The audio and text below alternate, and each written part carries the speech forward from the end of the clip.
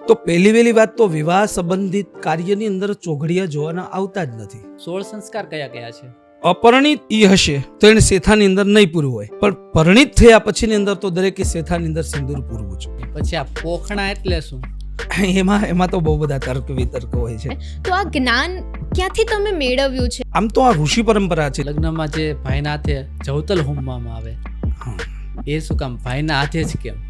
એક ચૂંદડી, વિચાર તો કરો કે એક ચૂંદડી ઓઢાડી એટલે દીકરી પાર. તારો ધૂતી ગયો. હા, હસ્તમેળાપનું શું મહત્વ છે? Hello friends, Minto foundation presents talk with કવિ એન્ડ કવિતા પોડકાસ્ટ. મિત્રો, આજે આપણી વૈદિક પરંપરાઓને આપણે ભૂલતા જઈએ છીએ. બસ એની જ યાદ અપાવવા માટે આપણી વચ્ચે એક ખાસ મહેમાન ઉપસ્થિત છે, જેમની પાસેથી આપણે ઘણું શીખવા અને ઘણું જાણવા મળશે. તો આપણે જેની વાત કરી રહ્યા હતા તેઓ આપણી વચ્ચે ઉપસ્થિત છે, જેમનું નામ છે જયદીપભાઈ જાની. તો આવો તમને પણ મળાવીએ. જયદીપ દાદા, આજના અમારા પોડકાસ્ટમાં તમારું દિલથી સ્વાગત છે. તમે મને તમારા જે શોની અંદર મને આમંત્રિત કર્યો, તમારા એક આ સુંદર મજાના એક શોની અંદર જે મને મહેમાન તરીકે અને તમારા પરિવારનો મને જે ભાગ આખો ગણાવ્યો છે, અને હું જે તમારા આ કાર્યક્રમની અંદર અત્યારે ઉપસ્થિત થયો છું એ બદલ ખરેખર હું હૃદયપૂર્વક તમારો બંનેનો ખૂબ ખૂબ આભાર વ્યક્ત કરું છું, અભિવાદન કરું છું. અને એની સાથે હું ઈશ્વરને પણ એવી પ્રાર્થના કરીશ કે આ તમારું જે આ જે શો જે છે એ ખૂબ આગળ વધે. Thank you. Thank you. અને એની માટેથી જે પણ તમારા પ્રશ્નો હશે અથવા તો આપણી જે કાંઈ મુલાકાત છે એની અંદર હું મારી બુદ્ધિ, મારા ગુરુ મહારાજના આશીર્વાદ અને એમની આવડત પ્રમાણના હું તમને જરૂરથી જવાબ આપીશ. થેન્ક યુ દાદા. દાદા, આજે તમારી પાસેથી ઘણું શીખવાનું છે, ઘણી ચર્ચાઓ કરવાની છે, ઘણું જાણવાનું છે અને પબ્લિકને પણ જાણવાનું છે. તો બહુ આતુર છીએ. શું કહેવું? યસ. દાદા, તમારું મૂળ વતન કયું છે અને ક્યાંથી આવો છો તમે? મારું મૂળ ગામ જે છે ને પાર્થભાઈ, એ અમરેલી જિલ્લાની અંદર વાકિયા ગામ છે, જે શેત્રુંજી નદીના કાંઠે આવેલું છે. વાકિયા બાબાપુર, એ બાબાપુર અમારું ગામની બાજુની અંદર જ ગામ છે, પણ ઘણા ખરા ગામ બીજા વાકિયા નામના છે. એટલે જેથી કરીને અમે અમારું ગામ જે અમે બોલીએ છીએ બાબાપુર વાકિયા બોલીએ છીએ, એટલે વાકિયા અમારું ગામ છે. અને હાલ તો અત્યારે હું સુરતની અંદર ઘણા વર્ષોથી અહીંયા જ રહું છું. ઓકે. અને હંસ સોસાયટીની અંદર હરિહર મહાદેવનું પરમ સાનિધ્ય છે, મહાદેવનું પરમ મંદિર છે. ત્યાં હું મહાદેવની સેવા કરું છું, ત્યાં પૂજા કરું છું અને ત્યાં જ મારું રહેવાનું છે. ક્યાં વાત છે. તમે શાસ્ત્રના ઘણા જાણકાર છો, ઘણી વિધિઓનું તમને જ્ઞાન છે. તો આ જ્ઞાન ક્યાંથી તમે મેળવ્યું છે? આની કોઈ સ્કૂલ, આશ્રમ, કોલેજ કે કોઈ સ્થળ? આમ તો આ ઋષિ પરંપરા હતી. જ્યારથી ભારત વર્ષની શરૂઆત થઈ, જ્યારથી આ સમગ્ર સૃષ્ટિની અંદર ભારત દેશની શરૂઆત થઈ ત્યારથી ઋષિ પરંપરા છે. એટલે આની અમારી જે સ્કૂલ, આશ્રમ, શાળા, કોલેજ વગેરે પણ અને યુનિવર્સિટીઓ છે. અમારી મુખ્યત્વે યુનિવર્સિટી કોઈ જોવા માટેથી જઈએ તો બનારસની અંદર, કાશીની અંદર જે આપણે એવું કહેવામાં આવે કે ભાઈ આપણા ગામના કોઈ ભૂદેવ હોય, કોઈ બ્રાહ્મણના દીકરા હોય તો આપણે એવું કહેતા હોઈએ છીએ કે ક્યાં ભણ્યા છો, તો કે અમારા ગામના ભૂદેવ જે છે કાશીથી ભણીને આવ્યા છે. તો એક યુનિવર્સિટી છે. જેમ સૌરાષ્ટ્રની અંદર અત્યારે સોમનાથની અંદર આપણી સૌરાષ્ટ્ર યુનિવર્સિટી છે, સંસ્કૃતિ યુનિવર્સિટી છે, એની અંદર ઘણા બધા બીજા વિશેષ આશ્રમો આવે છે, એની અંતર્ગત એની હેઠળ આવે છે. જેની અંદર મેં મારો પ્રારંભિક અભ્યાસ જે છે એ પાર્થભાઈ મેં સોલા ભાગવત વિદ્યાપીઠ એવી અમદાવાદની અંદર જે સંસ્થા ચાલે છે, પરમ પૂજ્ય શ્રી કૃષ્ણચંદ્ર શાસ્ત્રીજી, એમની પાઠશાળાની અંદર મેં અભ્યાસ મારો પ્રારંભિક કર્યો. ત્યારબાદ અહીંયા સુરતની અંદર પણ આપણી એક સુંદર મજાની સૂર્યપુર સંસ્કૃત પાઠશાળા છે, એની અંદર પણ મેં અભ્યાસ કરેલો છે. અને આપણી સૌરાષ્ટ્રની અંદર, કાઠિયાવાડની અંદર, જેમ આપણે કહી શકાય કે જૂનાગઢની બાજુની અંદર ગિરનારની ગોદ કહેવાય એવો અમારો આનંદ આશ્રમ, બિલખાનંદ આશ્રમ, એની અંદર અમારા શ્રીમન નાથ પ્રભુજી એટલે કે શ્રીમન નથુરામજી મહારાજના આશ્રમની અંદર મેં અભ્યાસ કરેલો છે. ક્યાં વાત છે. ખરા જાણકાર છો. તમને કહી દઉં કે દાદા, આપણે પહેલાંના જમાનામાં જે વૈદિક વિધિઓ થતી, વૈદિક વિવાહ થતા, એમના ખાસ જાણકાર છે અને દાદા ઘણા ટાઈમથી આ કરે છે. તો દાદા, મેઇન ટોપિક ઉપર આવું કે વૈદિક વિવાહ એટલે શું? વિવાહ જે છે એ અલગ અલગ પ્રકારના 7 પ્રકારે આમ તો ગણવામાં આવ્યા છે. ગાંધર્વ વિવાહ કહી શકીએ. પછી એની અંદર જોવા માટેથી જઈએ એટલે વૈદિક પરંપરાથી એક 16 સંસ્કારો જે આપણા હતા, એની અંદરથી એક સંસ્કાર જે છે એનું નામ છે વિવાહ સંસ્કાર. ઓકે. 16 સંસ્કારો આપણે એ હતા કે ગર્ભાધાન સંસ્કાર, સીમંતનયન સંસ્કાર, કેશાકર્ષણ એટલે પહેલી વખત આપણે એમ કે ભાઈ બાળકનો જન્મ થયો છે એટલે આપણે 1.25 વર્ષે જેની આપણી ભાષાની અંદર આપણે એમ કે ભાઈ એના વાળ ઉતરાવા છે. યસ. એ પ્રથમ વખત જ્યારે એ બાળક જમે છે તો એ અન્નપ્રાશન સંસ્કાર, કાન વિંધાવો એ પણ એક પ્રકારનો સંસ્કાર છે. કર્ણવેદ સંસ્કાર, વિદ્યાભ્યાસ માટેથી જાય છે તો વેદારંભ સંસ્કાર. અત્યારે તો હવે અમુક જ્ઞાતિ પ્રમાણિત તે રહી ગયું છે. એની અંદર અમારાની અંદર જનોય જે દેવામાં આવે જેને યજ્ઞોપવિત સંસ્કાર કહેવામાં આવે એવી જ રીતના વિવાહ સંસ્કાર પણ એક વૈદિક પરંપરા છે જે આપણા 16 સંસ્કારોની અંદરથી એક સંસ્કાર છે. ઓકે. હાલના સમયની અંદર તો રીતિ રિવાજોને આપણે ધ્યાનમાં લઈને કરતા હોઈએ છીએ અને હવે તો વિધિ જે છે ને એ વિધિ પાર્થભાઈ બહુ નાની થતી જાય છે અને એની સામેની અંદર લૌકિકતા બહુ વધી ગઈ છે. જેવું જોવા માટેથી જઈએ પણ આપણી પ્રાચીનતાને આપણે ન છોડી શકીએ, આપણી વૈદિકતાને આપણે ન છોડી શકીએ કારણ કે મૂળભૂત પરંપરા જે હતી એ તો વિવાહની પરંપરા વૈદિક પરંપરા જ હતી. યસ. એ સંસ્કારોનું સિંચન છે. લગ્ન જે છે એ માત્ર ને માત્ર કોઈ બે પાત્રનું મિલન છે એવું નથી, એ બે વ્યક્તિનું જ મિલન નથી. વિવાહ જે છે યસ.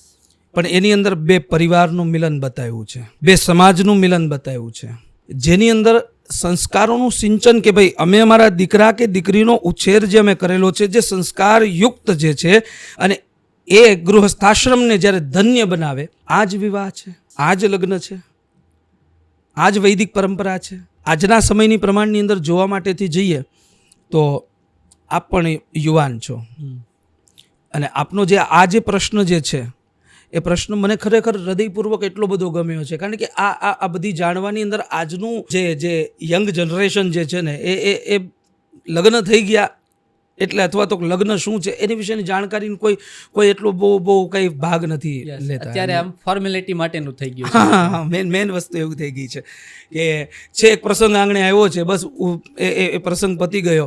ઘણા ખરા લોકો એવું કહેતા હોય છે પાર્થભાઈ લગ્ન પતી ગયા પણ ખરેખર શરૂઆત તો ત્યારથી જ થઈ છે ને. યસ. બહુ સમજવા જેવી વાત છે ને. હવે જે ગાડી ચાલુ થાય છે હવે જ ચાલુ થાય છે. હા એટલે એ પત્યું જ નથી, શરૂઆત જ ત્યારથી થાય છે. લગ્નનો શુભારંભ જ લગ્નથી થાય છે. યસ. અને એ ગૃહસ્થાશ્રમ જ્યારે ધન્ય બને એટલે આપણે અનેક પુસ્તકોની અંદર લખવામાં આવ્યું ભાઈ ધન્ય ગૃહસ્થાશ્રમ. આ જ લગ્નની પરંપરા છે, આ જ આપણા રીતિ રિવાજો છે. અને આપણી સૌરાષ્ટ્રની પ્રણાલિકા પ્રમાણે જોવા માટે જઈએ તો બહુ બધા રીતિ રિવાજોની અંદર ફેરફાર હોય છે. જેવી રીતના આપણે જોવા માટેથી જઈએ છીએ તો રીતિ રિવાજો તો કેવા હોય કે જેની સાથે કંઈક ને કંઈક બહુ બધું જોડાયેલું છે. યસ. એમને ઊભું નથી કરી દેવામાં આવ્યું કે ભાઈ આ વસ્તુ છે જે કંઈ કારણ વગરનું હતું જ નહીં એવી વસ્તુ આપણી ઋષિ પરંપરા યા તો કોઈ પણ આપણા વડીલોએ જે કંઈ નક્કી કરવામાં આવ્યું છે કે લગ્ન શું છે, લગ્નની અંદર આ રીતિ રિવાજ શું કામે હોવા જોઈએ અથવા તો આ રીતિ રિવાજ શું કામે મૂકવામાં આવ્યો છે એની પાછળની અંદર બહુ બધા જ્ઞાનની સાથેની અંદર વૈજ્ઞાનિક કારણો પણ બહુ બધા જોડાયેલા છે પાર્થભાઈ. ઓકે. એટલે 16 સંસ્કારોનું જે સિંચન જે છે એની અંદર એક વિવાહ સંસ્કાર બતાવવામાં આવ્યો છે.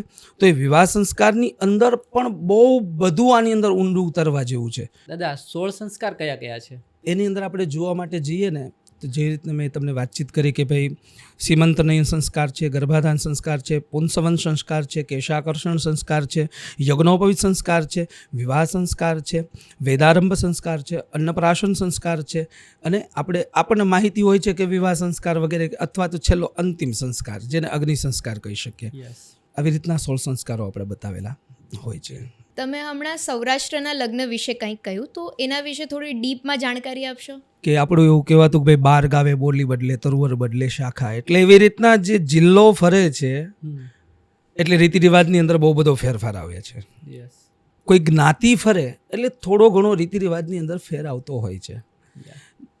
આપણે હાલના સમયની અંદર અત્યારે આપણે સુરતની અંદર જોવા માટેથી જઈએ તો આપણી ભાષાની અંદર કહીએ કે ભાઈ સુરતી લોકોના લગ્ન કેવા હોય છે તો એમનો પણ કંઈક અલગ રીતિ રિવાજ છે. અને એવી જ રીતના આપણો સૌરાષ્ટ્રનો આપણે કાઠિયાવાડનો પણ રીતિ રિવાજ બહુ બધો અલગ છે. અને એની અંદર વળી પાછો ખાલી કાઠિયાવાડનો જ હું નહીં કહું, ખાલી સૌરાષ્ટ્રનો જ નહીં કહું, એક જિલ્લો ફરે એટલે રીતિ રિવાજની અંદર બહુ બધો ફેરફાર આવે છે. અમુક જિલ્લાની અંદર મામેરાને ખૂબ મહત્વ બતાવવામાં આવ્યું છે. ભાવનગર જિલ્લો હોય તો એની અંદર આપણે આપણી ભાષામાં કહેવા માટે જાય કે ભાઈ મામેરું બહુ મોટું હોય છે. યસ. અમરેલી જિલ્લો હોય છે તો એના રીતિ રિવાજો અલગ હોય છે. વળી પાછા રાજકોટ જિલ્લો જોવા માટે જઈએ, જુનાગઢ જિલ્લો જોવા માટેથી જઈએ અને જામનગર જિલ્લો જોવા માટેથી જઈએ તો ત્યાં ગોત્રેજ માતૃકાના પૂજન તરીકે એક ગોતીડો આવું પણ એક વિધિવત કાર્યની અંદર એ રીતિ રિવાજની અંદર જોડવામાં આવેલું છે. ઓકે દાદા, હવેના મામેરા તો થોડાક દેખાડાના થઈ ગયા એવું નથી લાગતું? કારણ કે ઘણી વખત કેવું બને છે કે કોઈ વ્યક્તિ એવી પણ હોય છે કે જે નથી પહોંચી શકતી, પણ જ્યારે સમાજની અંદર વ્યક્તિ રહે છે તો ઘણી વખત કેવું થાય, આની અંદર આપણી ભાષામાં કહેવાય ને કે નાનો માણસ હોય ને એ પીસાઈ જાય.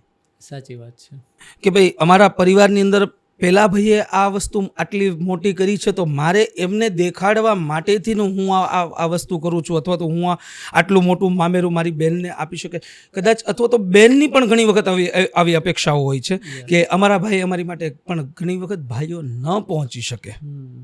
હું સમજુ છું ત્યાં સુધીની અંદર મામેરું જે છે ને એ મોટું હોવું, એ તો હૃદય જેવું મોટું હોય અથવા તો પોતાની ક્ષમતા પ્રમાણે જેટલું મોટું હોય એ તો આપણું બરાબર આપણે સમજી શકીએ, પણ મામેરું બને ત્યાં સુધી ગુપ્ત હોવું જોઈએ. વિધિ જે છે ને એ થોડા માણસોની વચ્ચે જ કરો તમે, એ પણ ગુપ્ત જ હોવું જોઈએ. રિસેપ્શન ચાહે વિશાળ કરો તમે, કારણ કે ક્યાંક ને ક્યાંક એવું બન્યું છે કે આજના સમયની અંદર જ્યાં ફોટોગ્રાફર તો એમનો સમય એ લોકો વધારે લઈ લેતા હોય છે અને વિધિના કાર્યને આપણે ટૂંકની અંદર કરતા જતા હોઈએ છીએ. મારી આગળ પાર્થભાઈ ઘણી વખત એવા પ્રશ્નો આવતા હોય, અમે જ્યારે આ પ્રકારની વિધિઓ કરાવતા એટલે લોકો આવીને એમ કે જ્યારે જાન આવે એટલે એમ કે બને એટલી ઝડપ કરજો. અમારી પાસે સમય છે નહીં, વળાવવાનું મુહૂર્ત કેટલા વાગ્યાનું છે, અથવા તો ઘણી વખત આવા પ્રશ્નો આવતા હોય કે હજી કેટલી વાર લાગશે. કોઈ બ્રાહ્મણનો દીકરો છે, કોઈ ભૂદેવ છે, તમારા કર્મના આચાર્ય માટેથી તમે જેમને આમંત્રિત કર્યા છે, તો એ લોકોને તો એવી એટલી ખબર જ છે કે આની અંદર અમારે કાપકૂપ ન કરવી જોઈએ. ઘણી વખત લોકો એવું પણ અમારા સામે પ્રશ્ન મૂકતા હોય, ભાઈ તમે દાદા વિધિની અંદર કાપી ન નાખતા, તો પણ એની કરતાં એક કામ કરો ને, તમે જે વરઘોડો લઈને જાઓ છો એની અંદર અડધી કલાક કાપી નાખો ને. બરાબર છે. જો વિધિને જ મહત્વ આપવું હશે, જો વિધિવત કાર્યમાં જ તમારે આગળ વધવું છે અને ચોક્કસપણે તમારે વિધિ જ કાર્ય તમારે પરિપૂર્ણ કરવું છે, તો માંડવે પહોંચો તમે જાન લઈને, તો જે કર્મના આચાર્ય ત્યાં જે ભૂદેવશ્રી જે છે એમને 2 હાથ જોડીને વિનંતી કરીને એટલું ખાલી પૂછો કે સમય ઇતર પ્રવૃત્તિની અંદર ભલે ઓછો જાય પણ આપણે વિધિવત કાર્ય જે છે પરિપૂર્ણ કરવું છે, જેની અંદર તમને કોઈ પણ વ્યક્તિઓ પ્રશ્ન કરવા માટેથી નહીં આવે કે મોડું થાય છે, થોડું મોડું થાય છે, થોડી ઉતાવળ કરશો. આવો આ ખરેખર તમે ભૂદેવશ્રીને 2 હાથ જોડીને વિનંતી કરીને કહેશો અને તમારી વિનંતી હશે, અહીંયા બેઠા બેઠા લખી દઉં કે એ ભૂદેવ જે છે એ વિધિ કરાવવાની અંદર કોઈ કચાશ નહીં છોડે. ખાલી લગ્ન જે છે એ 2 થી 3 કલાક કે 5 કલાકનો સમય એટલું જ નથી, પણ જે વિધિ જે થઈ છે, જે વૈદિક પરંપરાથી વિધિવત કાર્ય જે થયું છે એને દ્વારા જે દીકરો અને દીકરી જે પરણે છે ને એનું આખું ભવિષ્ય એની અંદર લખાઈ ગયેલું હોય છે. સાચી વાત છે. દાદા, લગ્નમાં જે આ મુહૂર્ત કાઢવામાં આવે છે જી, એ કઈ રીતના કાઢવામાં આવે છે? જ્યારે કોઈ પણ ગોર મહારાજની પાસે તમે જાઓ છો અને એમને જ્યારે એમ કહો છો કે અમારે દીકરાના કે દીકરીના અમારા લગ્ન છે, તો એની માટેનું આપ મને મુહૂર્ત આપો. એટલે ભૂદેવ એમ કે પંચાંગની અંદર જોઈને હું તમને બતાવી શકું. એટલે દીકરા દીકરીના બંનેના નામ આપવા જરૂરી છે. ઓકે. એ નામ બંને જે છે એ રાશિને અનુસરીને હોવા પણ જરૂરી છે. ઓકે. કે જે તે સમયે એ બાળકનો જન્મ થયો છે એ સમયની અંદર જે રાશિનો ચંદ્ર છે એ રાશિની ઉપરથી નામ પાડવામાં આવે છે અને એ નામને લઈને પછી જ્યારે વિવાહ સંસ્કાર કરવામાં આવે ત્યારે દીકરાના અને દીકરીના બંનેના સૂર્ય, ચંદ્ર અને ગુરુ આ 3 ગ્રહોનું બળ જોવામાં આવે અને લગ્નના શુદ્ધ મુહૂર્તો કાઢવામાં આવે. અને જે મુહૂર્ત જે છે એ મુહૂર્ત વગેરેને દ્વારા પછી આપણે લગ્નની એક તારીખ એક નક્કી કરવામાં આવે કે ભાઈ આ તારીખને દિવસે આપણે લગ્ન શુદ્ધ મળ્યું છે, આપણને આ ચોખ્ખી તારીખ મળી છે અને આ મુહૂર્ત જે છે એ એકદમ ચોખ્ખું છે, તો આ મુહૂર્ત વગેરે આપણે લઈ શકીએ છીએ. દાદા, ઘણીવાર ચોઘડિયા કાઢવામાં જે આવે અને એ ચોઘડિયું આપણે ચૂકાઈ ગયું હોય છે, તો એ ચોઘડિયાના હિસાબે કોઈ પ્રોબ્લેમ આવે ખરા? ચોઘડિયા ખરેખર શું છે, ચોઘડિયાનો ઉપયોગ કઈ જગ્યાની ઉપર કરવામાં આવે છે એ પણ જાણવું જરૂરી છે. જેવી રીતના આપણે મુહૂર્તનું જાણ્યું છે કે એની અંદર આ ગ્રહમાન જે છે એ સ્પષ્ટ હોવા જોઈએ, અથવા તો આ ગ્રહ જે છે કે ગુરુ સ્પષ્ટ થયો છે, સૂર્ય સ્પષ્ટ થયો છે, ચંદ્ર સ્પષ્ટ થયો છે, મુહૂર્ત ચોખ્ખું નીકળ્યું છે. તો પહેલી વાત તો વિવાહ સંબંધિત કાર્યની અંદર ચોઘડિયા જોવાના આવતા જ નથી. એ તો હોરા જોવાની છે. જી હા, આ તમને જાણીને ઘણી વખત નવાઈ લાગશે કે આપણે ગોર મહારાજને પૂછીએ છીએ કે દાદા જરીક જુઓ ને કે હસ્તમેળાપનું ચોઘડિયું કયું છે, લગ્ન લખવાનું ચોઘડિયું કયું છે. અમારા આંગણે અમારી દીકરી છે, તમારે લગ્ન લખવા છે, તો એ કયા ચોઘડિયાની અંદર લગ્ન લખી શકાય છે. પણ ખરેખર જોવાનું જે આવે છે એ ચોઘડિયું યાત્રા માટેથી જોવાનું આવે છે. સૂર્યોદય જે તે સમયની અંદર હોય, દાખલા તરીકે કે આજનો દિવસ જે છે તો આજના દિવસની અંદર 6:35 સૂર્યોદય થયો છે અને પહેલું ચોઘડિયું જે છે એ શુભ ચોઘડિયું છે. તો એ 6:35 શુભ ચોઘડિયાની શરૂઆત થઈ. તમારે યાત્રા કરવી છે તો તમે ચોઘડિયું જોવડાવો. ઓકે. પણ આજનો હવે સમય એવો થઈ ગયો છે, કોઈ લોકો અમને પૂછે કે ભાઈ દાદા કયું ચોઘડિયું ચાલે છે, તો ભાઈ જે સમયને અનુસરીને જે ચાલતું હોય હવે એ ચોઘડિયું અમે પણ કહીએ કે ભાઈ લાભ ચોઘડિયું ચાલે છે, શુભ ચોઘડિયું ચાલે છે, અમૃત ચાલે છે, અથવા તો કાળ ચાલતું હોય તો કાળ ચોઘડિયું ચાલે છે, ઉદ્વેગ ચાલે છે, રોગ ચાલે છે, આવી રીતનું હોય છે. પણ લગ્નની અંદર કોઈ પણ જગ્યાની ઉપર કે ચોઘડિયું જોવું કે આવું હા, યાત્રા એક જગ્યાની પર આપણે ચોઘડિયું એવી રીતના આપણે જોઈ શકીએ કે ભાઈ વરાજાની આપણે જાન લઈને જવું છે, તો એ એક પ્રકારની યાત્રા જ છે, સુંદર યાત્રા જ છે. એ યાત્રાની અંદર આપણે જોવડાવી શકીએ. ઓકે. પણ ઘણી વખત કેવું થાય છે કે એ યાત્રાનું ચોઘડિયું આપણે સારું લીધું હોય અને હસ્તમેળાપનો જે સમય જે છે આખા લગ્ન જીવનનું અને આખા લગ્ન વિધિનું, વૈદિક વિધિનું હાર્દ જ હસ્તમેળાપ છે. બાકી બધો જ સમય પાર્થભાઈ સારો લ્યો ન લ્યો, ચોઘડિયા જોવડાવો ન જોવડાવો, પણ ખાસ કરીને હસ્તમેળાપનો જે સમય જે છે ને એ શુભ લેવો. યાત્રાની અંદર જ્યારે લગ્ન પત્રિકા જ્યારે આપણે લખીએ છીએ તો લગ્ન પત્રિકાનો જે સમય જે છે એ શુભ જોવડાવો, એ સારો સમય જોવડાવો, જેથી કરીને એ જે નવવધુ છે, નવપરિણીતા છે, નવ દંપતી છે, એના લગ્ન જીવનની અંદર ક્યારેય માટેથી હાનિ નહીં પહોંચે. ઓકે. હા, એને મૂળભૂત જે પરંપરા જે છે અથવા તો મૂળભૂત જે આપણી વિધિ જે છે અને એનું જે ફળ જે છે એ ખરેખર એને મળવા પાત્ર છે, એટલે એને મળી જશે. ઘણી વખત આપણે સાંભળીએ છીએ કે કમૂરતામાં સારા કાર્ય નહીં કરવા જોઈએ, તો આ કમૂરત શું છે? ખૂબ સરસ. કે જેવી રીતના મેં કીધું એમ કે ગુરુ બળ જોવું જરૂરી છે, સૂર્ય બળ જરૂરી છે. તો હમણાં સમય જે આવશે આ વૈશાખ મહિનાની અંદર એક પણ પ્રકારનું લગ્નનું મુહૂર્ત નથી. એ આ વર્ષ માટેથી નથી. ઓકે. કમૂરતા દર વર્ષે કમૂરતા કે જેની અંદર મુહૂર્ત ન હોય, એટલે એનો અર્થ એવો થયો કે હમણાં વૈશાખ મહિનાની અંદર જ્યારે મુહૂર્ત નથી ત્યારે ગુરુબળ અને શુક્ર બળ આ બંને નથી, આ બંને નીચસ્ત છે, જેને કારણે ત્યાં મુહૂર્ત નથી બતાવેલા. પંચાંગ ના કહે છે. એવી જ રીતના કમૂરતાની અંદર ક્યાંય મુહૂર્ત આવતા નથી. પણ હવે આજે તો હવે એવું થઈ ગયું છે કે કમૂરતાની અંદર જ એટલા બધા પ્રસંગો વધી ગયા છે કે અમારે ખુદને પણ એવું થાય કે અત્યારે હાલના સમયની અંદર આપણા ભારતના બહુ બધા બાળકો ભણવા માટેથી ને બધા હવે તો બહુ બધા વિદેશ, કેનેડા, અમેરિકા, લંડન બધા જતા રહે છે, ઓસ્ટ્રેલિયા વગેરે જાય છે. તો એ લોકોને ત્યાંનો સમય જે છે એ ઠંડીનો સમય હોય છે, એટલે 12મા મહિનાની અંદર લગભગ અહીંયા આવવાનું વધારે થતું હોય. એટલે અમારી પાસે આવીને પણ એવી જ રીતના કહેતા હોય 12મો મહિનો લ્યો ને, ચાહે ગ્રહમાન હશે કે નહીં હોય, અમે જપ કરાવી લઈશું. પછી વળી પાછું એની અંદર પણ પૂછે કે કમૂરતા છે તો વાંધો નથી, જે એમાંથી નહીં સારી તારીખ. પણ હા, એટલું હું એમ કહું છું કે બને ત્યાં સુધી મુહૂર્ત જોવડાવીને કરો, સારા મુહૂર્તની અંદર કરો, સારા સમયની અંદર કરો. પંચાંગ જે સમય આપે છે એ સમયની અંદર કાર્ય કરો તો વિશેષ સારું રહેશે. જે જગ્યાની પર ગ્રહનું બળ છે જ નહીં, પરાણે હઠપૂર્વક કોઈ પણ વસ્તુ લેવામાં આવે, મુહૂર્ત લેવાની અંદર આવે, પછી ઘણી વખત અમારી આગળ પણ પ્રશ્નો એવા આવે કે ભાઈ કે આ મુહૂર્ત જોવડાવ્યા વગરનું આ કર્યું હતું તો એની અંદર કંઈ અમને કાંઈ હાનિ કે એવું કંઈ દેખાતું નથી. પણ એવું નથી હોતું. જે સારો સમય એ સારો સમય જ હોય છે. અને જે જગ્યાની ઉપર કમૂરતા છે તો કમૂરતા છે જે વાસ્તવિકતા જ છે. હમ. દાખલા તરીકે કે જોવા માટેથી જઈએ કે ભાઈ ભર શિયાળે ચાલતો હોય અથવા તો સારો શિયાળાનો પાક થયો હોય ને એ દરમિયાન જ વરસાદ આવી જાય તો એ શિયાળુ પાક આપણો આખો બગડી જાય છે.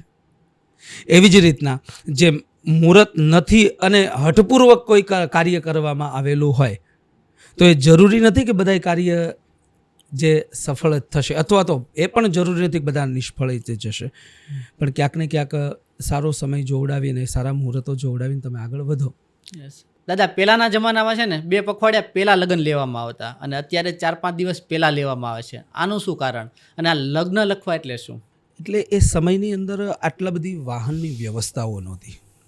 એટલે અહીંયાથી એક ગામથી બીજા ગામ જવા માટેથી ઘોડાઓનો ઉપયોગ થતો, અથવા તો ગાડાનો ઉપયોગ થતો, અથવા તો ઘણી ખરી યાત્રાઓ તો ચાલીને પણ કરતા.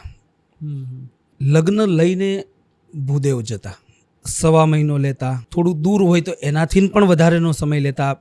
2 પખવાડિયા એટલે કે શુક્લ પક્ષની અંદર લગ્ન છે તો એના પૂર્વેનો માસ જે હોય એના કૃષ્ણ પક્ષની અંદર લગ્ન લખી લે. પછી લગ્નની વિધિ અથવા તો એ તારીખ ભલે શુક્લ પક્ષની હોય તો જે તે સમયની અંદર યાત્રા જે છે એ દરમિયાન એ સમય વધારે પડતો જતો રહેતો. લગ્ન પત્રિકા લખાય એ પછીની અંદર જ્યારે લગ્ન ત્યાં પહોંચે એ પછી સામેના વેવાઈને ખબર પડતી કે હવે અમારા દીકરાના લગ્ન આવ્યા છે. ઓકે. એટલે ભૂદેવ અહીંયાથી લગ્ન લખે, સુંદર મજાનો બાજોટ ઢાળે, એ બાજોટની ઉપર એક રજાઈ પાથરે ને એની ઉપર લગ્ન પત્રિકા લખે. એ લગ્ન પત્રિકા એટલે આપણી ભાષાની અંદર કંકોત્રી જ છે, એક આમંત્રણ પત્રિકા જ છે કે તમે તમારા દીકરાની જાન જાડેરી જાન જોડીને તમે આટલા દિવસે આ તારીખે આ સમયે આટલા ચોઘડીએ જે જાન આવે છે એ જાનનું અમે સુંદર રીતે સ્વાગત કરવા માટેથી અમે તૈયાર છીએ. અથવા તો એવું પણ કહી શકાય કે જે આમંત્રણ પત્રિકા લઈને જે ભૂદેવ જે જતા હતા એને સમયગાળો બહુ બધો લાગતો હતો. અને ઘણો ખરો સમય તો એવો જ હોય છે કે જે યાત્રા દરમિયાન નીકળી જતો હતો. એટલે 1.25 મહિના પૂર્વે લગ્ન લખતા હતા તો એ લગ્ન જે છે એ ત્યાં 5 દિવસે પહોંચે, 2 દિવસે પહોંચે, 10 દિવસે પણ પહોંચતા. તો એ 10 દિવસનો જે સમયગાળો જે છે એ તૈયારી કરવાની અંદર કે જે જાન પક્ષ વાળા જે છે એ જાન લઈને આવે છે તો એને પણ કંઈક સમયગાળો તો જોઈએ ને. હવે આજનો યુગ, હવે અત્યારે આખો યુગ જ પરિવર્તન થઈ ગયો છે. આજે તો શું થાય કે કદાચ 5 દિવસનો સમય હોય તો આખું બહુ બધું વ્યવસ્થાઓ છે, ઇવેન્ટ કોઈને સોંપી દઈએ, પછી ભૂદેવને બોલાવીએ કે દાદા બોલો કે કઈ રીતની બધી તૈયારીઓ હોય છે. એ બધું અત્યારે આજનો સમય જે ઝડપી છે એટલે એની અંદર બધું શક્ય છે. પણ હા, કાં તો 3 દિવસના, કાં તો 5 દિવસના અથવા 7 દિવસના આવા અત્યારના સમય પ્રમાણે લગ્ન લેવામાં આવે છે. પણ ત્યારે 1.25 મહિનો 2 પખવાડિયાની અંદર આવી રીતના લગ્નો લેતા હતા. અને લગ્ન જે છે ને એ પત્રિકા જે છે એ જ મૂળ આમંત્રણ પત્રિકા છે, એ જ કંકોત્રી છે. આ એની જ સમજણ છે કે ભાઈ અમે તમને વેવાઈને કંકોત્રી લખીએ છીએ, એ જ લગ્ન પત્રિકા છે. ઓકે. પછી ત્યાં જઈને ભૂદેવોને થાપા પણ મારે કે બંને હાથ રંગીને જે વધાવવા માટે તૈયાર હોય એ લોકો 2 હાથ લઈને આમ થાપા મારતા. એના પણ 2-3 કારણો હતા કે એક માંગલિક પ્રસંગની અંદર ભૂદેવ નીકળ્યા છે, થાપા લાગેલા છે, તો વેવાયોને પણ એમ થાય કે નહીં, યોગ્ય જગ્યાની ઉપર લગ્ન આપણું પહોંચી ગયું છે. અને બીજી વાત એ કે હરખ જ એટલો બધો હોય કે કંકુના થાપા આપણે એને લગાવીએ છીએ, ભૂદેવને લગાવીએ છીએ. ભૂદેવ ત્યાં જઈને એમ કે હા હું તમારી દીકરીના લગ્ન લઈને ત્યાં સુધી ગયો હતો. આવી બધી એક પ્રાચીન પરંપરા ખૂબ સુંદર હતી. ક્યાં વાત. આ મંડપ રોપવાનું મહત્વ શું છે? એક તો પહેલી વહેલી વાત કે જે આંગણે જે ઘરે પ્રસંગ છે એ પ્રસંગની અંદર આજે આપણે હાલના સમયની અંદર પણ જોઈએ છીએ કે આપણે ખૂબ સુંદર મજાનું મંડપનું ડેકોરેશન વગેરે બધું કરીએ છીએ. પણ એ મંડપ આરોહણ એટલે શું? તો કોઈ પણ માંગલિક પ્રસંગ હશે, બધાથી પૂર્વે ગણપતિ મહારાજની પૂજા કરવી,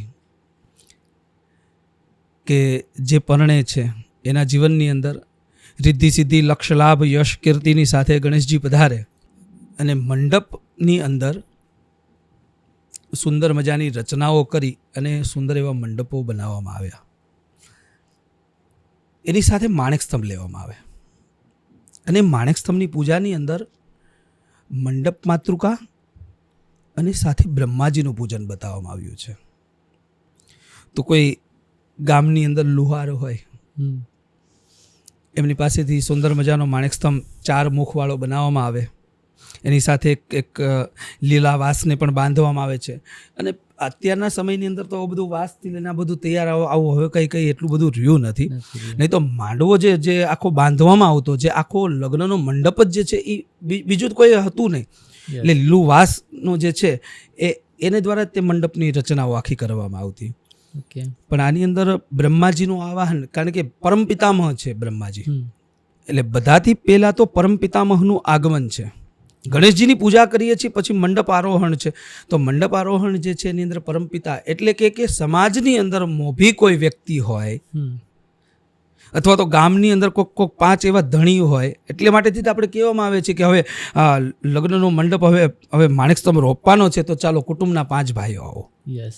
કે પ્રસંગ આવડો મોટો લઈને બેઠા છીએ, ક્યારેક કોઈક વ્યક્તિની કંઈક વ્યવસ્થાની અંદર અભાવ આવી ગયો, પણ કુટુંબના 5 આવા મોભી તમારી બાજુની અંદર આવીને ઊભા હશે.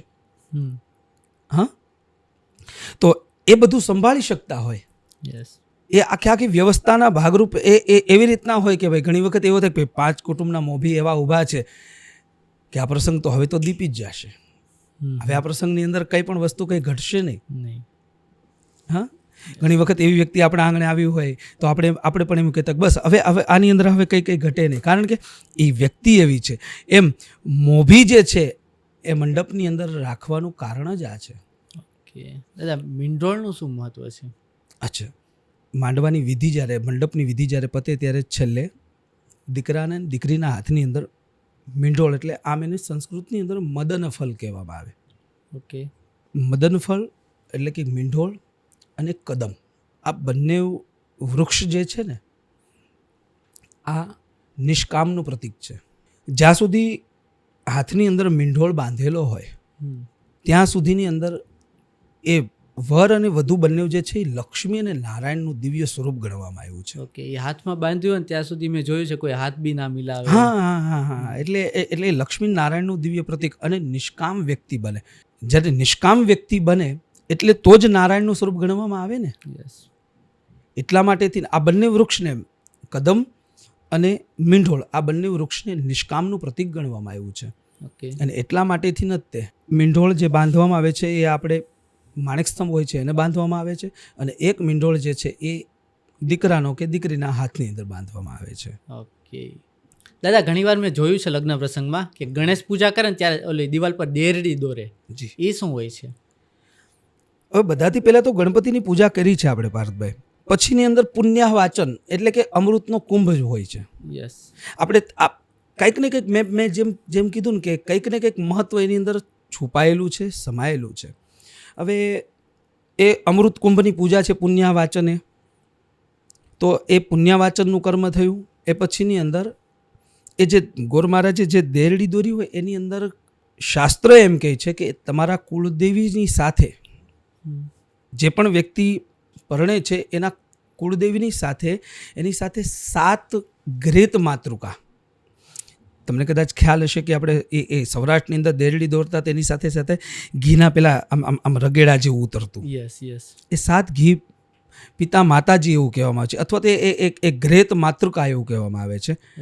એ માતાજી જે છે એ 16 અને 7 બીજા એટલે કે 23 માતૃકાનું આવાહન છે. એટલે જેની અંદર એ કુલવર્ધિની ભગવતી કહી શકાય. એ માંગલિક પ્રસંગ હોય ત્યારે જ તે ભગવતી આવે. અને માંગલિક પ્રસંગની અંદર એ દેરડી જે છે એની અંદર તમારા કુલાંબિકા સહિતનું, તમારા કુળદેવી સહિતનું એની અંદર સ્થાપન કરવામાં આવ્યું છે. કારણ કે એક સમય એવો પણ હતો કે જ્યારે કોઈની પાસે આટલા બધા કંઈ ફોટા હતા નહીં, કંઈ મૂર્તિઓ હતી નહીં, એટલે એક પ્રકારનું એ મંદિર જ ચિતરવામાં આવતું. અને મંદિર ચિતરવાની અંદર આવતું, અને એ મંદિરની અંદર એ કુમકુમના ટપકા કરતા, એ એક ટપકાની અંદર એક માતાજીનું આવાહન છે. અને 16 અને બીજા 7 ઘીના બનાવે, અને આ 16 હોય એટલે એમ કરીને 23 માતૃકાનું એ આવાહન છે, જેને ગોત્રેજ માતૃકા કહેવામાં આવે છે. જે ગોત્રની વૃદ્ધિ કરનાર, એટલે કે વંશ વૃદ્ધિ કરી ભાવા, એટલે કે એ વંશની વૃદ્ધિ કરાવનાર ભગવતી હોય છે. એટલા માટે તો આપણે એને કુળદેવી કહીએ છીએ. ઓકે. આપણી પરંપરાની દેવી છે અને એ કુળદેવીને આપણે ન છોડી શકીએ. અને આમ પણ જોવા માટેથી જઈએ તો ગણપતિ લક્ષ્મી ગણેશ કહી શકાય, ઓકે. ગણેશ અંબિકા કહી શકાય, આ સાથે જ હોય છે અને એની જ પૂજા બતાવી છે.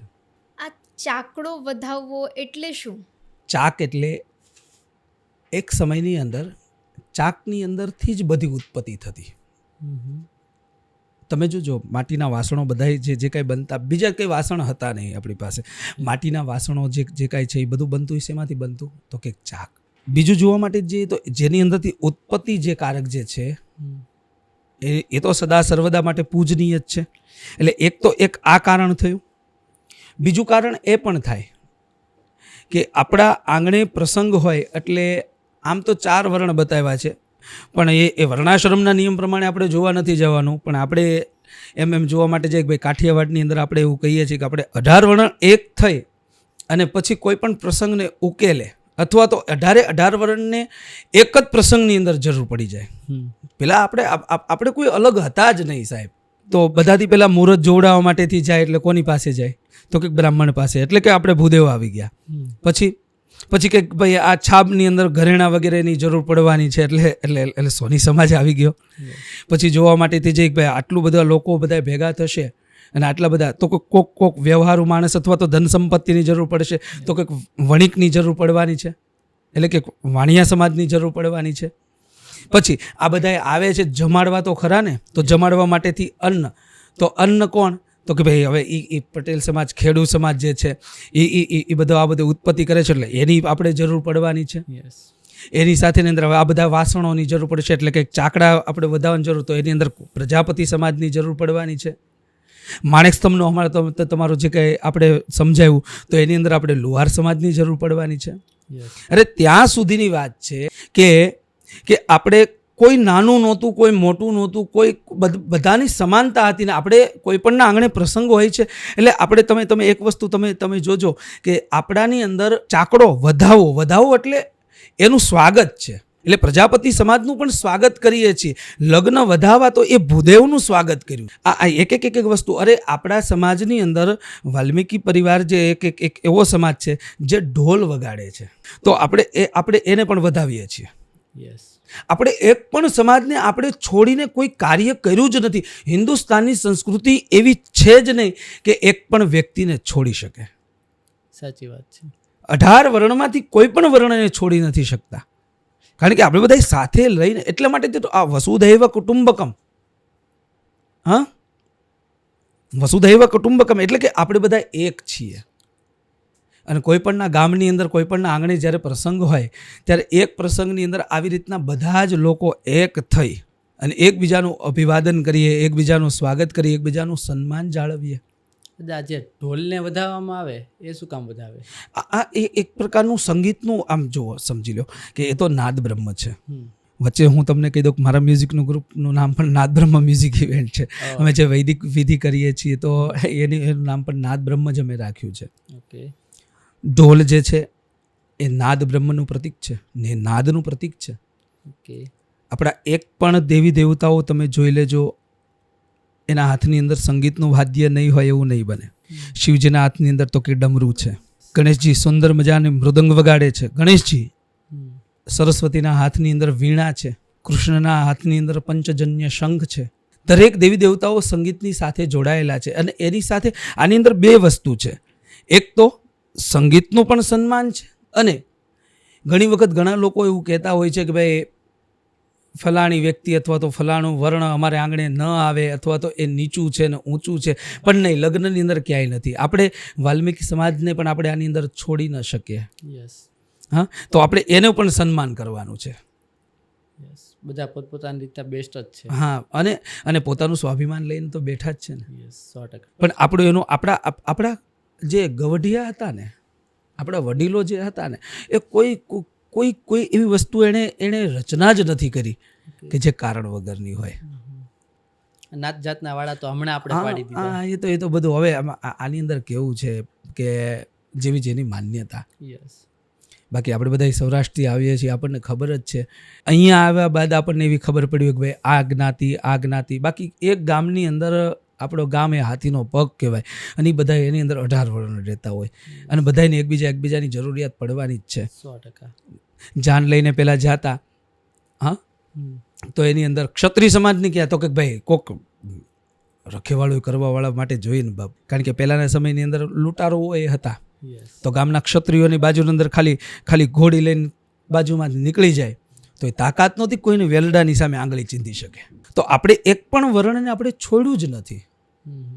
આપણે બધા જ સમાજને સાથે રાખ્યો છે Yes. અને સાથે રાખીને જ ચાલ્યા છીએ.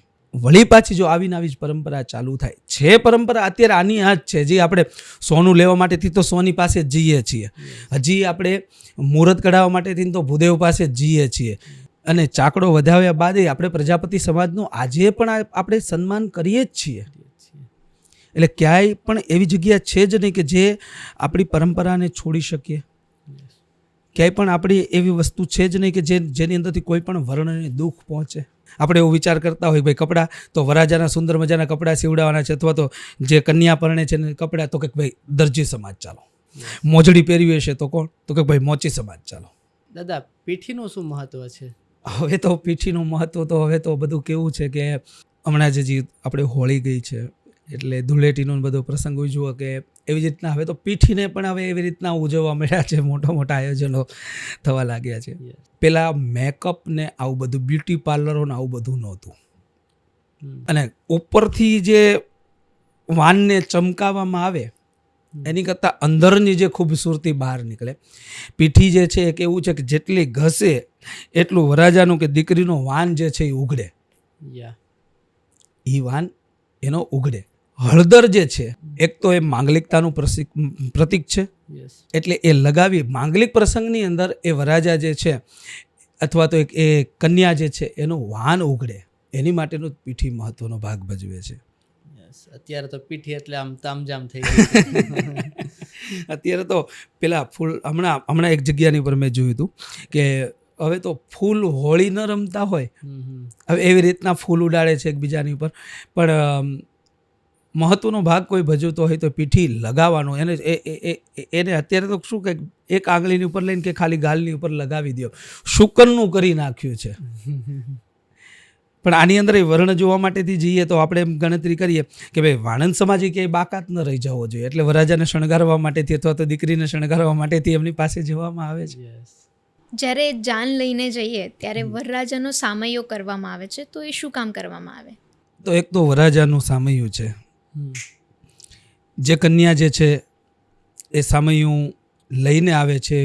એ કન્યા જે પરિણીતા છે એનાથી નાની બહેન હોય છે, એટલે કે સાળી હોય છે. એક તો એને હરખ એટલો હોય છે. સામૈયું એટલે એક પ્રકારનું મેં જે પહેલાં સમજાવ્યું એમ એ પુણ્યવાચનનો કુંભ જ છે. આ કુંભની પૂજા છે અને એની સાથે સામૈયું થાય એ નારાયણનું થાય. મેં પહેલાં વાત કરી કે લક્ષ્મી અને નારાયણનું સ્વરૂપ છે. વર અને વધુ બંને જે છે ને એ લક્ષ્મી નારાયણનું. એટલે આજે વરાજા ખાલી નથી આવ્યા, ખાલી વરાજા એક નથી, એ સાક્ષાત નારાયણ આંગણે આવ્યા છે. એટલે નારાયણની સ્વાગત આખી વિધિ છે. અને એની અંદર જોવા માટેથી જઈએ તો આટલી બધી ભીડભાડ હોય ને બધી વસ્તુ હોય, ખૂબ આનંદ કરતા નાચતા ખેલતા પૂગ્યા હોય, એટલે વરાજાના સામૈયા થાય, વરાજાના સ્વાગત થાય. એ સ્વાગત પણ એવું ભવ્ય થાય કારણ કે રાજાધિરાજ આવે છે. વરાજા એટલે રાજાધિરાજ આવે છે. કોઈ એવી તો વાત છે નહીં કે ભાઈ કે આવીને ઊભા રહી ગયા આંગણે. અને કોના સામૈયા થાય તો કે કોઈ યાત્રાની અંદરથી અગર તમારા માવતર આવે છે તો એના સામૈયા કરો તમે. તમારા આંગણે કોઈ મહાપુરુષ આવે છે, કોઈ સાધુ સંત આવે છે, કોઈ ગુરુ મહારાજ આવે છે તો એના સામૈયા કરો તમે. કોઈ મહાન ગ્રંથો આવે છે તમારા આંગણે તો એના પણ સામૈયા કરો તમે. જેટલી જગ્યાની પર નારાયણનું પ્રતીક છે એટલી જગ્યાની પર સામૈયું બતાવવામાં આવ્યું છે. પણ મૂળભૂત એ જે સામૈયું જે છે એ ખરેખર વાસ્તવિકતા જોવા માટેથી જઈએ તો એક સ્વાગતની એક વિધિ જ છે. દાદા, વરાજાને જ્યારે પોંખું આવે ત્યારે સાસુ અથવા કોઈ સગાવાલામાંથી વરાજાનું નાક ખેંચવામાં આવે, એ શું કામ? એ એક પ્રકારનું આમ તો એવું કહેવામાં આવે છે કે નારાયણની સાથે હસી મજાક ન હોય, કારણ કે એ સ્વરૂપ આપણે એને એવું આપવામાં આવ્યું છે. પણ આ એક આનંદ કરવાનો માંગલિક પ્રસંગ છે, એટલે એકબીજાની સાથે આપણે ફટાણા ગાતા હોઈએ, આવી બધી ઘણી બધી છેડતીઓ એકબીજાની સાથે કરતા હોઈએ છીએ, જેને આમ છેડતી ન કહી શકાય કે પણ વ્યંગ છે, પ્રસંગ છે એટલા માટે. બીજી વાત એક છે કે વરરાજાનું નાક આમ ખેંચવાનું કારણ શું કે સાસુમાં જોતા હોય કેવુંક નાક છે, કેવીક ઇજ્જત આબરૂ છે, કેવુંક શું છે, એટલે સાસુમાં માપે કે મારા જમાઈ જે છે એનું નાક કેવુંક મોટું છે. એટલે આમાં બે થી ત્રણ વસ્તુ આપણે ગણી શકીએ છીએ, પણ ખરેખર ન કરવું જોઈએ, કારણ કે એક સ્વરૂપ નારાયણનું આપણે ગણવામાં આવે છે, એટલે એ વસ્તુ ન કરી શકાય. પણ હવે આજનો સમય છે, અને બીજું કંઈ પ્રસંગ એવો હોય છે કે એકબીજાની સાથે આનંદ મસ્તી મજાક કરતા હોય છે. વરરાજાની મોજડી પણ ચોરી લેવામાં આવે છે. હાજી હા. હવે એવું તો ઘણું બધું થાય છે કે વરરાજાની મોજડી આપણે ચોરી લઈએ છીએ, પણ ખરેખર આ બધી વસ્તુ ન કરવી જોઈએ. ઘણી ખરી વસ્તુ તો પાર્થભાઈ એવી થઈ ગઈ છે કે આપણે ટીવીના માધ્યમથી, સિરિયલોના માધ્યમથી આપણે ઘણું બધું આપણે એની અંદર જોઈને કરવા લાગી ગયા છીએ કે મોજડી ચોરી લેવી. ક્યાંક ને ક્યાંક એવું પણ બતાવવામાં આવ્યું છે કે એ લોકોએ જે બતાવ્યું એને આપણે અનુસરવા લાગ્યા, પણ આપણે ઘણી વખત એ જોતા જ નથી કે આ સાચું છે કે આ ખોટું છે. આ મોજડી ચોરવી એટલે નારાયણની આપણે એનું અપમાન કરીએ છીએ, કારણ કે વિષ્ણુ સ્વરૂપી વર છે, કોઈ સામાન્ય વાત તો છે જ નહીં. તમે એક વસ્તુ તમે માર્ક કરજો, જે દીકરી પરણવા માટેથી બેઠી છે અથવા જે કન્યા જે છે એની સાથે એની ઘણી બધી એની બહેનપણીઓ, એની સહેલીઓ જે છે એની સાથે હોય, એની જેવા જ ઘણા ખરા તો પોશાકો પહેરેલા હોય, એ જેટલી તૈયાર થઈ હોય એને અનુસરીને જે એ પણ એટલી તૈયાર થઈ હોય, એ સુંદર મજાનો આખો પ્રસંગ હોય. પણ તમે એક વસ્તુ તમે માર્ક કરજો, આપણે આટલા બધા પ્રસંગોની અંદર જતા હોઈએ છીએ, 500 જણા હોય, 5000 જણા હોય કે 50,000 જણાની મેદની પણ કેમ નથી, પણ એની અંદર જે લક્ષ્મી અને નારાયણનું જેને આપણે સ્વરૂપ ગણવામાં આવે, એટલે કે જે કન્યા જે છે, જે વર જે છે, આ બંનેના સ્વરૂપને તમે જોજો. આ બંને જેટલું તેજ કોઈનાની અંદર નહીં હોય, કારણ કે જે દીકરી જે છે ને, જે પરણે જે છે ને, એ કન્યાની અંદર એ સમયની અંદર સાક્ષાત લક્ષ્મીની શક્તિ એની અંદર કામ કરવા લાગી હોય. એ સાક્ષાત લક્ષ્મી જે છે એ સ્વરૂપની અંદર ત્યારે વિરાજિત થઈ જ ચૂકી હોય છે. વરરાજા જે છે તો તમે જોજો, વરરાજા જેટલું બીજું કોઈ તમને એનો માભો, એ જરકસી જામા, એ સુંદર મજાની એનો પહેરવેશ, એનો આવવાનો ઠાઠ ફરી જશે, એના સ્વાગતો બધા ફરી જશે, અને એના એક જેટલું કોઈનું નહીં હોય, એનું સન્માન પણ કોઈનું નહીં હોય, કારણ કે નારાયણ છે અને નારાયણ સ્વયં પધારે છે, સૃષ્ટિના સર્જનહાર, જેણે સૃષ્ટિ રચી, હવે એ જ સ્વરૂપની અંદર જ્યારે પધારે છે તો એની અંદર શું ઘટવું. તો ખરેખર આ જે મોજડી જે છે ચોરવાનું જે છે ને, એ ખરેખર ન થવું જોઈએ. સાચી વાત છે. અને હું તો તમને ત્યાં સુધી કહું છું કે આપણા નિકટના, આપણા પરિવારમાં તો ક્યારેક તમે જ આ પ્રસંગોનો જ્યારે ભાગરૂપ બનો ને ત્યારે તમે ખાસ કરીને તમારા ભૂદેવને તમે અરજ કરજો કે વિધિવત કાર્ય અમારે પૂરેપૂરું કરવું છે. ખાલી આ અરજ જે છે ને એ તમારા કાર્યને દીપાવી દેશે. દાદા, ચાંદ જ્યારે મંડપે આવે છે ત્યારે વર અને વધુ એકબીજાને વરમાળા પીરાવે છે, એ શું કામ? વરરાજાના સામૈયા થયા, આગતા સ્વાગતા થઈ, જાડીરી જાન જોડીને વરરાજા પધાર્યા છે, મહેમાનો છે, બે પરિવારની એકતા વધી છે, અનેક પ્રકારે એના સ્વાગત થયા છે. પણ વરરાજાનું લક્ષ્મીરૂપી કન્યા જ્યારે એ દીકરી જ્યારે સ્વાગત કરે તો કઈ રીતના કરે? તો એક પ્રાચીન પરંપરા પણ એક આપણે હાલી આવે છે કે એ પણ એક વિવાહનો પ્રકાર છે. એક સ્વયંવર થતો એક સમયની અંદર. આમ તો આપણે બહુ એ વસ્તુથી પરિચિત છીએ પાર્થભાઈ, કે સીતાજીનો સ્વયંવર થયો જ્યારે રાઘવે જ્યારે ધનુષ ભંગ કર્યો અને એ શિવ ધનુષ હતું એને તોડ્યું. સીતાજી એ કોઈ સામાન્ય હતા નહીં. જનકરાયને ખબર હતી કે મારી ઘરે જગદંબા જ છે સ્વયં, એટલે જગદંબા માટેથી કોણ આવે તો કે જગદીશ જ આવે, એટલા માટેથી તો શિવ ધનુષ્ય રાખ્યું હતું, જેના તેના હાથની અંદર તો આપી ન શકાય. રાઘવે જેવું શિવ ધનુષ્યનો ભંગ કર્યો એટલે જનકરાયે તેમના પત્નીએ બંને સાથે રહીને સીતાજીને કીધું કે હવે જયમાળા પહેરાવો. એક તો વિષ્ણુરૂપી વર છે, કન્યાને જીતા છે એટલે એક તો જયમાળા એટલા માટેથી પણ છે. બીજી વાત કે પુષ્પોની હોય છે, તો જ્યાં સુધી આખું એ લગ્નની વિધિ ચાલે ત્યાં સુધી એ નિકટ બધાયથી નજીક એ પુષ્પ જ. હવે અત્યારે તો સ્પ્રે ને અત્તર ને ફુવારા આન તેન બધું, પણ સુગંધો મૂળભૂત જે પુષ્પોની જે સુગંધ જે છે, જે ફૂલની સુગંધ જે છે એ વરરાજાને બંનેને મળી રહે અને મન પ્રફુલ્લિત રહે. મોગરાના પુષ્પો હોય, આવા બધા આની સુગંધ થકી એનું મન પ્રફુલ્લિત રહે. થાક લાગ્યો હોય પણ જે સુગંધ અમુક સમયની અંદર એવી આવી જાય કે જેનું મન આમ પ્રફુલ્લિત થઈ જાય. જયમાળા પણ છે, સ્વાગત વિધિ પણ છે, મનની પ્રફુલ્લિતતા પણ છે. અને એની સાથે જે દીકરી જે છે એ બધા સમાજની વચ્ચે એમ કહે છે કે જે વરને હું આ જયમાળા પહેરાવું છું એ મારી માટે, સમાજ માટે, મારા માતા પિતા માટે અને અમારા દરેક માટેથી આ યોગ્ય છે, એટલા માટેથી જ હું એને જયમાળા પહેરાવું છું. પછી આ પોખણા એટલે શું? એમાં તો બહુ બધા તર્ક વિતર્ક હોય છે. 4 વસ્તુ હોય છે પોખણાની અંદર. જે કન્યાની માતા હોય એ વરરાજાને પોખવા માટેથી આવે, એટલે એક તો સંકેત કરે છે કે શું વસ્તુઓ તેમને બતાવવામાં આવે છે. તમને કદાચ ખબર હશે કે ઉપર તોરણ બાંધેલું હોય. તોરણ એ માટેનું પ્રતીક છે. એક તો માંગલિક પ્રસંગ છે એટલે શુભ માંગલિક પ્રસંગની અંદર તોરણો બાંધવા. બીજી વાત એક છે કે એ આશોપાલવનું તોરણ આપણે બાંધીએ છીએ, તો આશોપાલવનું શું કામે? કારણ કે એક આશોપાલવ, બીજો પીપળો, આ બધા વૃક્ષો એવા છે જે ઓક્સિજન જે પૂરું પાડે છે. આટલી બધી જનમેદની વચ્ચે ક્યારેક વખત વરરાજાનું ઓક્સિજન ઘટી જાય. હા, આપણે જોયું ને કોરોના સમયની અંદર ઓક્સિજન ઘટી જાય છે તો શું, અથવા તો શું સમસ્યા સર્જન થાય છે. તો એવી રીતના એક તો ઓક્સિજન પૂરું પાડે. બીજી વાત એક છે 4 વસ્તુ એવી છે પોખણાની અંદર. બધાથી પેલું જે છે એ હાંબેલું, ધોસરું, રવૈયો એટલે કે વેવણું, આપણે વેલણ, અને ચોથું ત્રાક. કન્યાની માતા એવું સૂચન કરે છે કે પહેલાં તો એમ કહે છે કે બંનેને બતાવીને એમ કહે છે, અને ખાસ કરીને વરરાજાને બતાવીને એમ કહે છે કે ભાઈ સંસાર સાગર છે, એની અંદર કદાચ તમારે બંને મહેનત કરીને આ ધોસરું તમારે ખંભે લેવું પડશે, એવી મહેનત તમારે કરવી પડશે. તો વરરાજા કે હા હું કરીશ. એટલે એક માતા જે છે એ સૂચન કરે છે કે સંસાર શું છે. ત્યારબાદ ગણવાની અંદર આવે તો ખાંડણીઓ અથવા હાંબેલું જે છે, હાંબેલાથી એમ કે ભાઈ સમાજની અંદર કોઈ વ્યક્તિ એવા પણ હશે કે જે તમને આમથી લઈને આમ પણ બોલનારા હશે.